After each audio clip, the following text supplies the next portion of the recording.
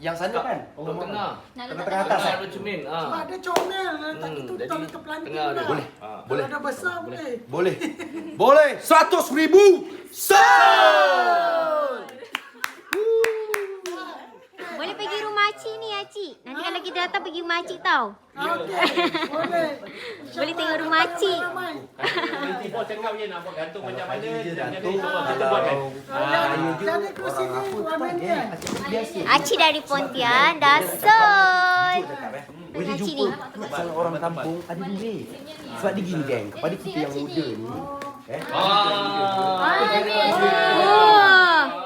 dah dibawakan.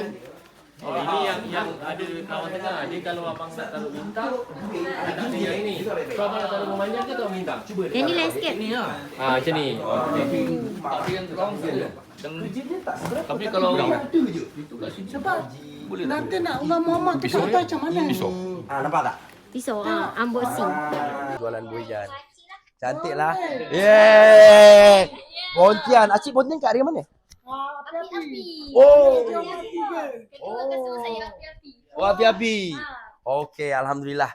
Dah. Boleh kita ni terus set untuk Acik nah. Cantiknya, Cantiknya. bos.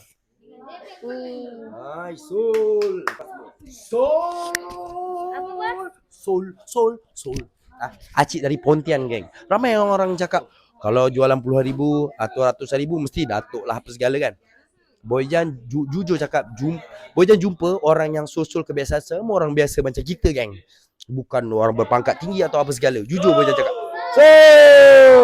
So this is Gudang Bos Ijan, Acik dari Pontian, 100,000 tadi. Alhamdulillah. Sebenarnya kita ni Abang Ali dengan Wak Debet ni orang lama saya yang dah bertahun-tahun. Kadang-kadang orang ingat kita ni cuma sold 2-3 ribu. Sebagai orang yang lama kerja dekat sini, adakah rasa biasa je sebenarnya puluhan ribu ni? Puluhan ribu ni pada saya biasa je. Bukan luar biasa, biasa je. Ya, bukan dia biasa bermakna kita kaya, bukan. Tapi demand jati. Ramai yang datang ni beli yang 20,000, yang ratus ribu. Ada beza tak Wak Debet barang ni sebenarnya? Tak. Kadang-kadang tengok design macam sama je 2-3 ribu kan. Design sama tapi beza kualiti. Sebab saya sebis saya tahu. Kualiti kayu saya tahu. Okey, ini adalah Kalau sebis grade atas sebis dia paling senang. Tapi kita nak kena hati-hati lah detailnya. risau kan? Risau. Risau. Wow, one more.